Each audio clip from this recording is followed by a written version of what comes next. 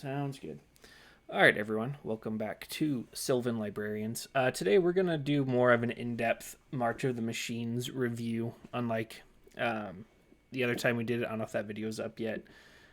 We just kind of went over some spoilers, but we got a lot more cards now. We each picked a few we were going to talk about. And if Kyle, you want to start us off there, what do you want to talk about first? Sure, for sure. So we both picked three cards that we liked the most from the set. It's not necessarily the best cards in the set. These are just the ones that we liked the most. So, I got one that I hate, so I wasted a spot, but the first one that I've got is Hoarding Broodlord. So he is a 7/7 dragon, or 7/6 dragon for 5 black, black, black. And when hoarding, this is important. He has Convoke and Flying.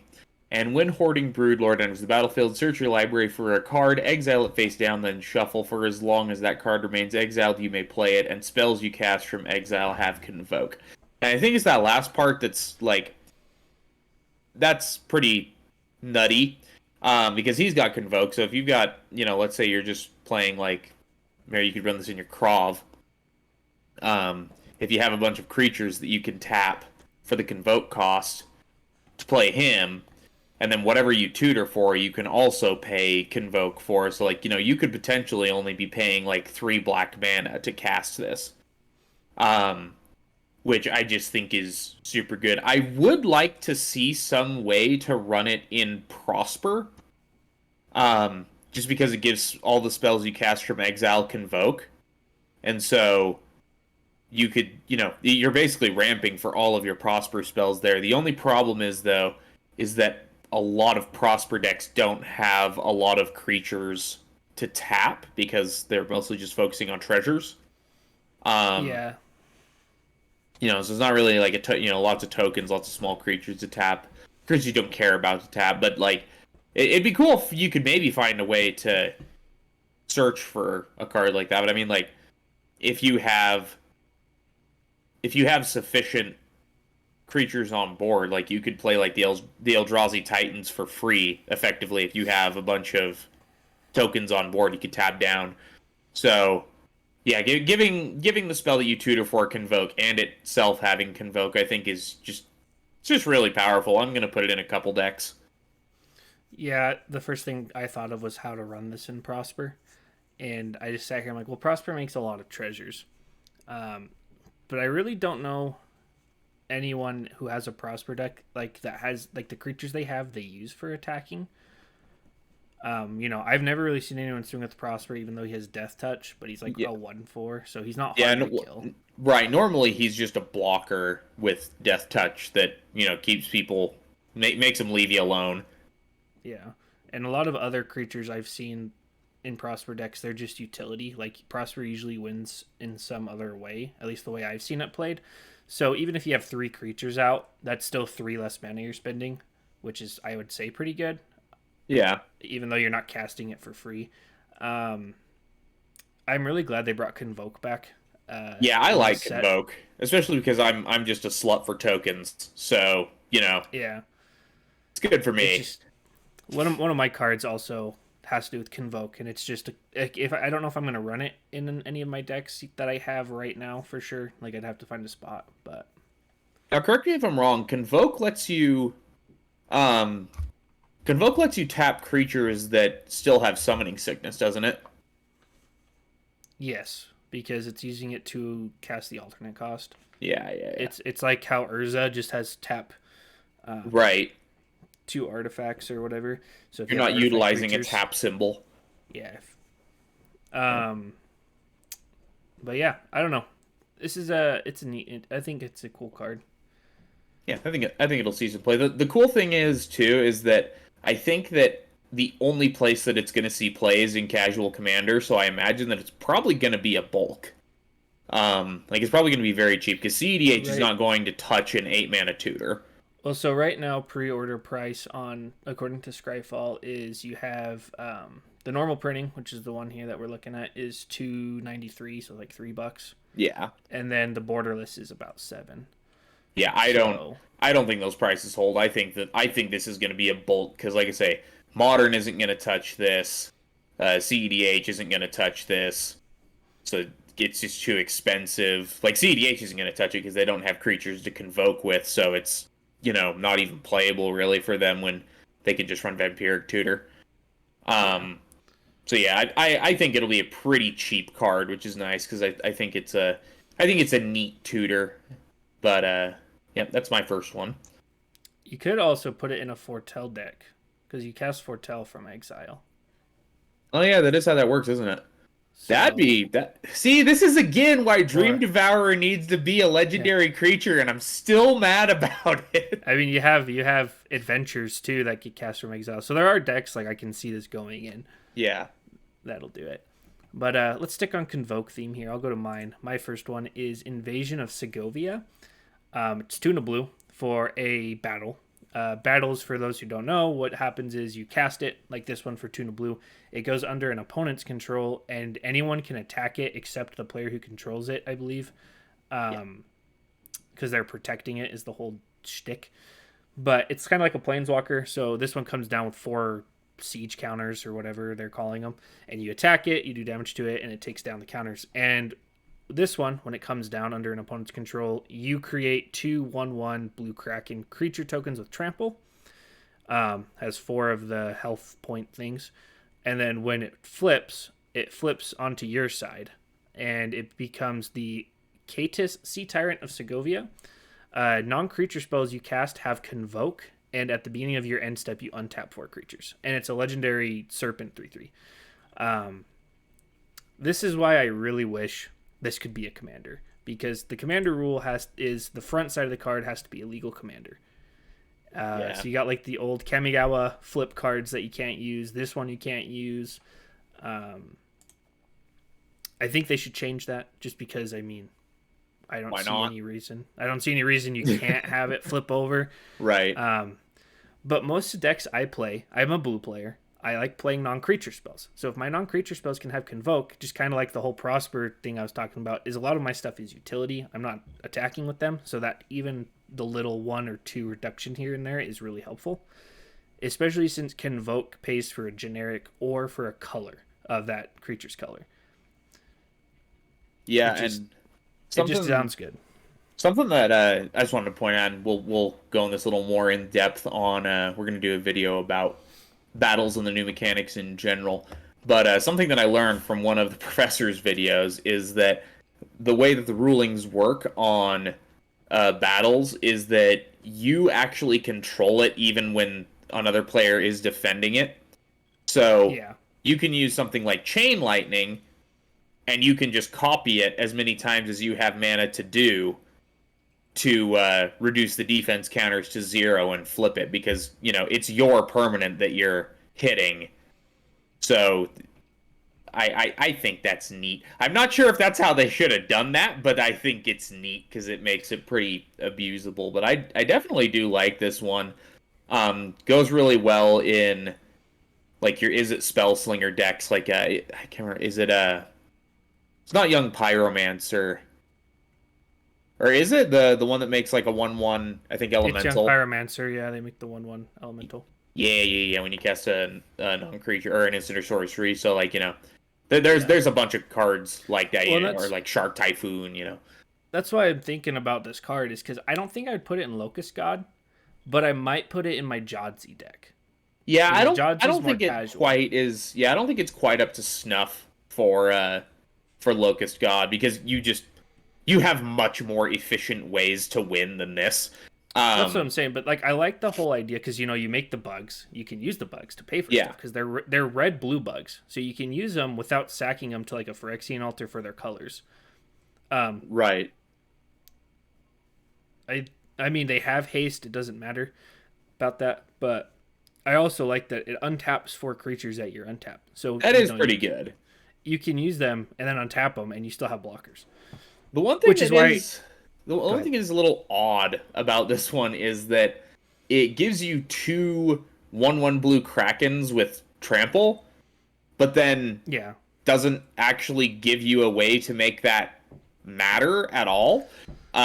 Which is kind of an interesting thing. Like, they gave them trample, like, oh, these are going to be big, and then No, they just stay 1/1s, and the other side doesn't give you any way to buff them. So No, I thought that was they're kind of just an kind of odd there. choice on their side.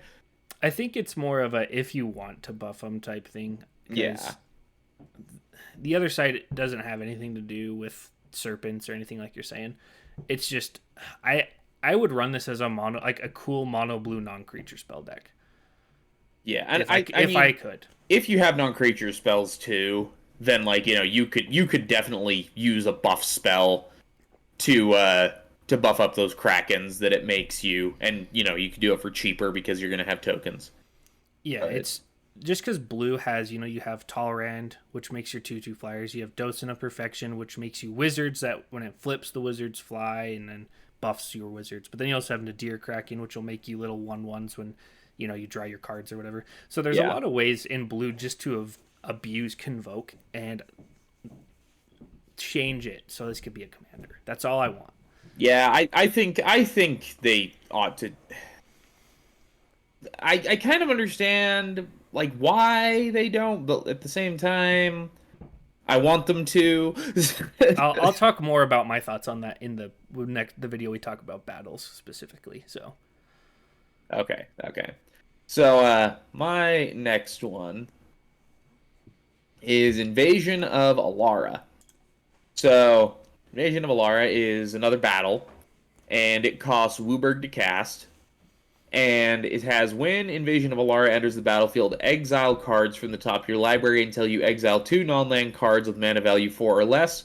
You may cast one of those 2 cards without paying its mana cost, and put the other one into your hand. Um, and then the other cards that you exile, you put on the bottom of your library in a random order. It's Cascade, but you get a Cascade for 2 cards for a mana value 4 or less, which is pretty cool. But then it flips over into Awaken the Maelstrom, which is all colors.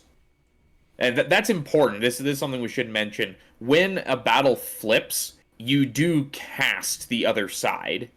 yeah, So if you punch a battle to death and it flips, someone does have the opportunity to counter your other side.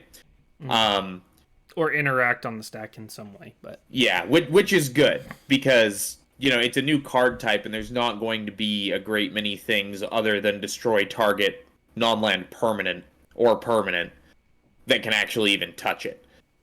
there are Like a couple like interactive, like destroy battle or do bad damage yeah, to yeah. battle in the set, There's going to be but some, but like to be fair, nobody, at least in Commander, nobody's going to be running those for a good while. Um, not until we print like some crazy busted 5-color battle that goes in every good stuff pile, and we have to start running cards to deal with it. yeah, Anyway, though, when it flips to the other side, it has target player draws 2 cards. You may put an artifact card from your hand onto the battlefield. Create a token that's a copy of a permanent you control. Distribute 3 1/1 counters among 1, 2, or 3 creatures you control. And destroy target permanent an opponent controls. Now, I want to point out that's not a modal thing. You get to do all of those things when it flips. but that Um, also means you have to have legal targets. yes, you do have to have legal targets. Yeah, yeah. None of them are like up to, so you do have to have a legal target for all of I them. mean, you have May for the artifact, which is you don't have to have an artifact in your hand, Yeah, but but to be fair, the rest of them are like pretty easy. Like you just for create token copy of a permanent you control, you just have to control a permanent.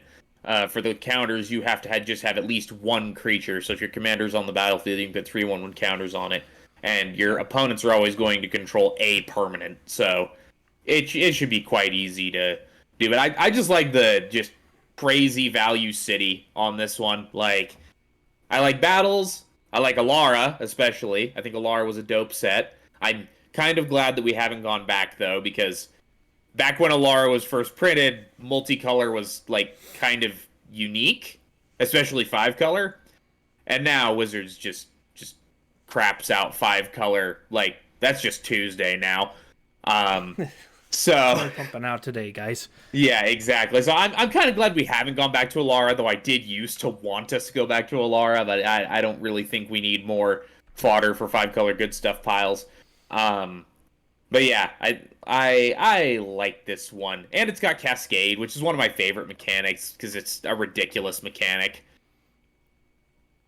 It's Cascade without saying Cascade. Yeah, well, I think it's just No, because you could just say Cascade 4 twice. So I don't know why they didn't do that. Or wait, it's because one of them goes into your hand. That's why. Yeah. So they did actually have to write it out like that, but yeah, it's Cascade.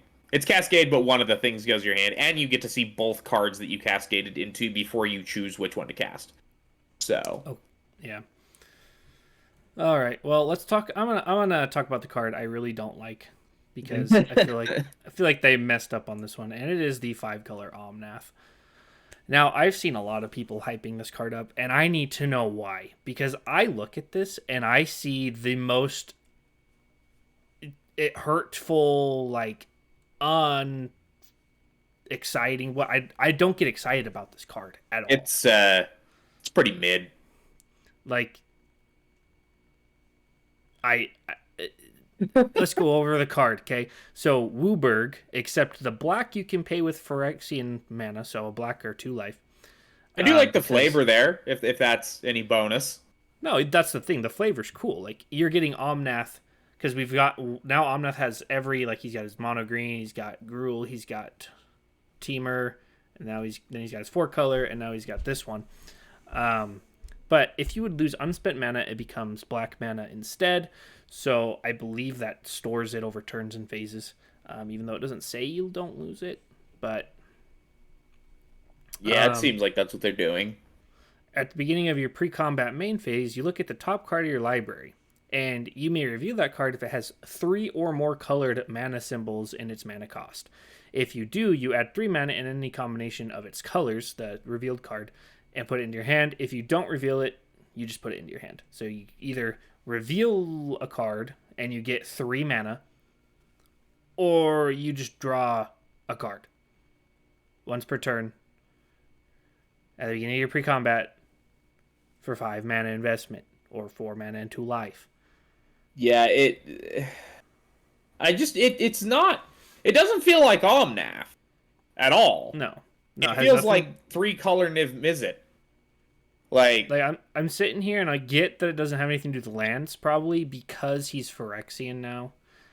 But then also, what does the Phyrexian? I don't know. Someone, if there's a broken thing I don't know about, you can tell me, because this card I look at and I'm like, its pre-order price right now is $5 for the base and 11, I think, for is that borderless for the showcase. And then, I will give him the borderless art. It looks pretty cool. But I don't like this card. I've had friends be like, dude, are you so hyped for the new Omnath? And I'm like, why? I'm sad about the new Omnath. Like, where's the cool Omnath thing, right? This feels like they tried to do kind of what Giganta, like Giganta has the companion of, you have to have different mana symbols, like you can't share mana symbols in your creatures, but then also like Niv Mizzet, the 5-color one, comes down, you reveal your 1 card for each guild, and then this one is, hey, you can look at the top card, and if it so happens to have 3 different colors, you can add 3 mana. Oh, I didn't even notice that. It's just the top card. Yeah, no, it's the top card. So it's either you're drawing a card. Never mind. This isn't mid. This is trash. No, it's not. It's not good. This is actually like trash. Like it's like a 4, like out of 10. I would give this a 4. Well, like I can think of ways you could abuse the first ability, but Omnath would have to have Indestructible. Like if he had Indestructible, then you can screw around with stuff like Pestilence, and you can just run this as like a stacks commander. But if he doesn't have Indestructible, then I don't see a lot of good ways that I can think of to dump a bunch of black mana. So this deck, like, to me, is screaming, if you run Omnath as your commander, you have to have majority of your cards in 3 colors. Right? Which, like, by the way, that's not common. That's it's rather not rare. And then that also means, I mean, you're in 5 colors, so your mana fixing needs to be good anyway. But now you have to focus even more on your mana fixing. Like if you You flip your top card, and let's say it's a teamer card, and you go, okay, I can add, you know, red, blue, green, or I can add all green, I can add all blue, I can add a mixture of whatever. But then what do I do with that, right? Like, if I don't have the mana to then cast that card, and again, it's giving you one extra card, where, you have stuff like Kenrith, where you can abuse drawing cards, you can abuse bringing things back. You have Niv Mizzet, which gives you a bunch of cards when it enters. You have New Joda, which doesn't draw you cards, but it's legendary matters, which, you get big buffs on stuff. Like, this just doesn't seem like it's doing anything neat for It's just 5 colors matters, but it's poo. It makes me sad. If I'm wrong, feel free to tell me I'm wrong and tell me how and where it's broken. But if you just I like this card, like, you can like the card. That's fine. I really don't like that it has nothing to do with lands. Like, I understand, like, yeah, he's Phyrexian now, but okay. So, like, do something with that. Like, I don't know, give all of... I don't even know, because I haven't really considered this. But, like, do, like, land animate, and, like, the land creatures it animates are, like, 5/5 Phyrexians or something. Or artifact lands. Like, you can or even do, like, or you could even do counter, where it's, like, do, like, a Zozu. Or a Tuttlingus. Phyrexians care about artifacts. Artifact landfall. You're in 5 colors. You can run, like, all the artifact duels from... Yeah, there you go. And all the artifact monos. That'd give you 15 different lands in your deck. Hire me, Wizards. Come on. Yeah, come on. What's going on, guys? That's a cool idea. Why didn't you do it? Anyway, I don't want to hate on this card anymore. I'm going to end on a high note with my last card. But what's your next one, Kyle? Okay, my last card is... If I can find it... There it is. So, mine's very straightforward. It's Invasion of Fioria. So, it's another battle. Fiora. There is no I after the R. Fiora. Sorry, I would probably know that if I've ever heard of this plane, but I haven't. So, yeah, I don't know. It's just Kiora, but with an F on the front. Anyway, it's 4 black for a battle, and when it enters the battlefield, you can choose one or both. You can destroy all legendary creatures, or destroy all non-legendary creatures. I think that's runnable even if it wasn't a battle. I would run that as a sorcery. Because that's cheaper than, like, Ingruk's Wake. Because, like, I have 2 different decks that, like, where I only need my commander to survive the board wipe. My Elenda the Dusk Rose and my Kresh the Bloodbraided decks, both of them only need the commander to survive. It's actually good if all the other creatures die. So I would run this just as a sorcery if that was all it was. But then it also has a backside if you can manage to flip it.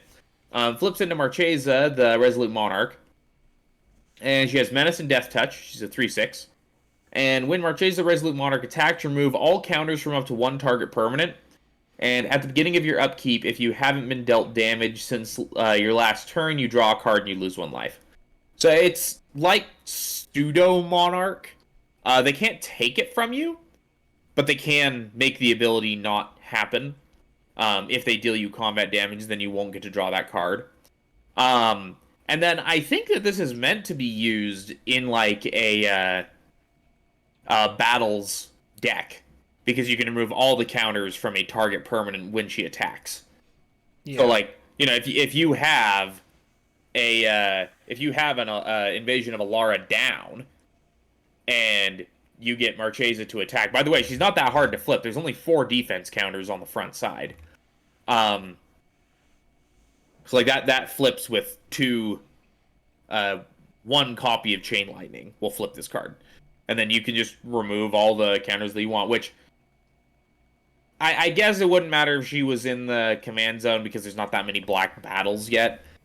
But, yeah, I think, like, this basically enables you to make a all battles deck better, which is cool. Yeah. I thought about talking about this card, but it was kind of like my 4th or 5th pick, so I'm glad you did. They're removing counters from up to 1 target permanent. Do you know how many things in this game rely on counters? Oh, yeah. You got Planeswalkers. You can just instant kill a Planeswalker. Yeah, when she attacks. She doesn't even have to connect. She just has, like, she can swing and then you can remove her from combat with like a Maze of Ith, and you still get to nuke a planeswalker for free. Sagas don't like if you have 0 counters on a saga, it doesn't go away because it's when you get to the third one. So you can remove all the counters from a saga, start it over.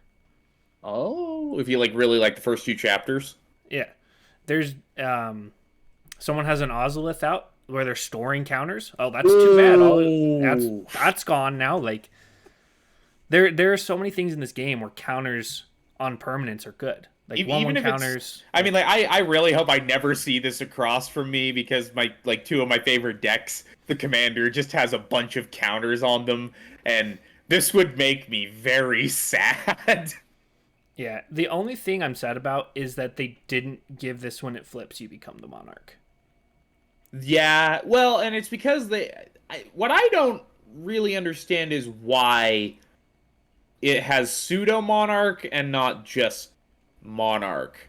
I mean, it makes you lose a life for your card draw, but I don't feel like that's number one. I don't feel like battles are going to be run in any format other than commander.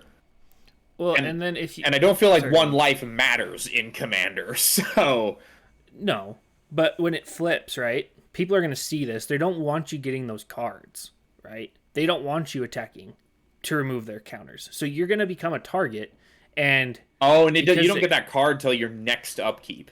Yeah. So if it's only combat damage, so if you have blockers, you're fine. Like they can bolt you, they can deal direct damage, and it won't matter. And it also is important that they say combat because you lose the life from the trigger. So therefore, the next turn you wouldn't, not be able to draw. But I feel like it's going to draw so much attention because it's like, oh, they're going to get a card. Like hit them for 1 in the air. They can't block 1 in the air. Keep them from getting that card. I think the reason that they did it the way they did it, now that I'm looking at it, I think it's so that it forces you to make a choice. Because if you swing, then you get to do the remove all the counters. But if you don't, then you have a death touch blocker up that has 6 toughness, which is pretty good. You have a death touch blocker up so that if people people will probably not swing at you, because if they do, you're going to kill their attacker. Yeah. So then you can protect your board. So I think it's to force you to make a choice. However, that's not really much of a choice, because I mean, why the front side way more powerful than a Phyrexian Arena ability. Yeah, just the front side. If the front side was a straight board wipe everything, and then it flips, I feel like it would make more sense. But because you are leaving stuff up for the other players, yeah. Well, it's like you say, I would run this just for the front side. Like, I may give this to someone and then never, even attempt to swing at it. Yeah. By the way, do we know how trample works with battles? Like, can you swing over a battle to hit the defender? I don't think so, because trample, I think, is specifically with blockers, and since you're not attacking something... So it's like planeswalkers. Yeah. Like, there are cards that, if you hit a planeswalker or the creature has trample, the excess damage still goes over. So I think battles fall under that same where we're going to need something that says we can do it, but default it doesn't. Yeah. All right, well, that's mine. So what's your last one? My last one is another battle. Invasion of Theros for 2 and a white. When it ETBs, you search your library for an aura, god, or demigod card, reveal it, put it into your hand, and then shuffle. So it's a tutor for very specific things. But the backside is a legendary enchantment creature, god, Afara Evershelting. Another reason I would love these to be able to be commanders, because it is Azorius, and it has... the Afara has lifelink and indestructible as long as you control 3 other enchantments, and whenever an enchantment ETBs under your control, you draw a card. So it's Azorius Enchantress, which we haven't seen before. That's true, we haven't seen that before. We have blue in some, like Zur the Enchanter has blue, but that's not your main focus. Most enchantment decks have white, and I like drawing cards. Like, I feel like this would be a fun deck to just build. I'm not saying this is like a god tier card, but this is just a card I would enjoy making. Yeah, backside interestingly does not have indestructible. Nope. Yeah, Which have the I enchantments. would have expected for, a Theros, enchantment creature god. Um, I mean, the new Heliod doesn't even have indestructible. oh, doesn't he? No. So, as soon as it comes down, it has indestructible as long as you have 3 enchantments, right? 3 other enchantments. Doesn't count itself. Okay. Yeah, because I'm trying to just determine, like, can I just Pyroblast this? I mean, I guess you can Pyroblast this as it comes down to counter it, since you do cast the backside. So the way I would run this, though, it's very, very mean, and you would not like it. Oh no. It would be Azorius enchantment stacks, where I run things like Pacifism, Frogify, Darksteel Mutation. Oh, because you still control them. Douche, no. So it's taking out everyone's creatures, but those are super cheap enchantments to cast. Like you have Frogify, which is 1 in a blue, right? 1 in a blue, turn something into a 1/1, draw a card. Right. Essentially. Deep freeze. Oh, gross. That's how I would build this. Okay, so I like that. But here's my question: How do you win with that tactic? Oh, then you just have to have. It's still the Enchantress problem that, like, it's an Enchantress deck. It generates insane value and never wins. Well, that's the thing, right? So, like, you have your what's the white? You have white, so you have the ways when you cast enchantment, you make an angel, you make, you do all this stuff. So you also have blue, where you're in Azorius as well. So this is like you have the Sphinxes. I would also run Sphinxes in this deck because Sphinxes are pretty crazy if you can synergize with them.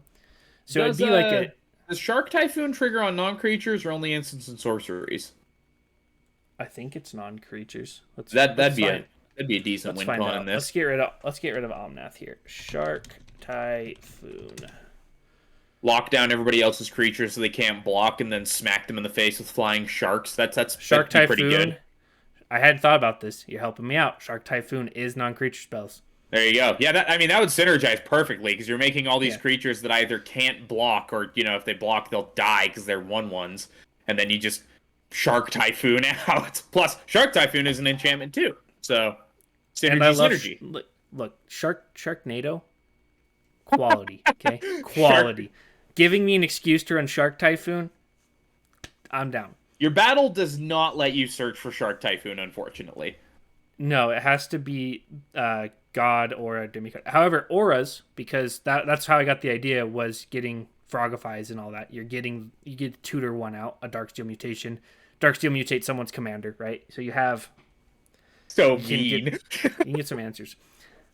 So mean. I would love this as a commander for that reason. Yeah, I think this would be one of the better commanders, and it would actually be unique, because, like you say, I can't remember that color combination. White-blue is... Azorius. Azorius, yeah, thank you. Azorius enchantment is not really a thing. I think we've had we've had Bant before, but I don't think we've had Azorius. No, yeah, you got like Zur, who is Esper. You got Tuvasa, which is Bant. Yeah. And I don't even know. I'm not sure if I'm not certain if Zur is even enchantments. It's just weird. That's true. We did have that one Mardu one where you can sack enchantments, which is pretty good. I'm excited when we have enough sagas for me to build that as a saga deck. So, I mean, now they've got the... honestly, do you want to do that one, or do you want to just do the Saga 5-color commander? No, it's too easy. Then I'm doing what Wizards wants me to do! Yeah. No, I want to build a Gan Arcanum Weaver Saga deck in Mardu, because no one else does it, and I think it would be cool. I mean, nobody plays Gan Arcanum Weaver, like, period. Because that's a weird... Like, if you look at Mardu commanders, I guarantee it's like near the bottom because that's a really weird ability for a Mardu commander. But I feel like that's how me and you play. Like, Gan was the commander from Commander Legends I was most excited about. Was that one? And I have yet to build it because I don't have the stuff. I mean, like I've got my Brutaclad deck. Like Nobody plays Brutaclad X spells. Nobody. I'm the only one. I think it's fun to build decks that nobody else has because it's fun, and then people don't know how to deal with them because they don't know what you're doing. Like if somebody brings out like a Risk the Redeem deck, or that other stupid black green elf deck. I can't remember what it's called. The one that always the one that always wins. Like once. Yeah. Lathril. Lathril, yeah. Like somebody pulls out a Lathril deck. There are no surprises in that deck. There are 0 surprises in a Lathril deck. I know every card. I have it memorized because I've lost to that stupid deck every time they've played it. I've beat a Lathril deck one time. I hate one Lathril time so much. Like you literally would just have to run like a weenie hate deck to consistently beat one. Like just Anger of the Gods kind of effects. I ran Locust God against it the one time I won. Your stuff flies. That helps. Yeah, no, it's literally like I can win if I play my mean decks, but I don't like playing my mean decks all the time. I hate Lathril. It's so boring. Anyway, before we go on more tangents, that is our March of the Machines opinion video. I don't know what you'd call it. Our top 6 cards, top 5 and a hated card. Yeah. Omnath is bad. Sorry, lovers. But bad. Yeah, I don't got anything else. You got anything else? I don't. That's all I've got for this one. So thank you guys for tuning in with us today, and we will catch you on the next one.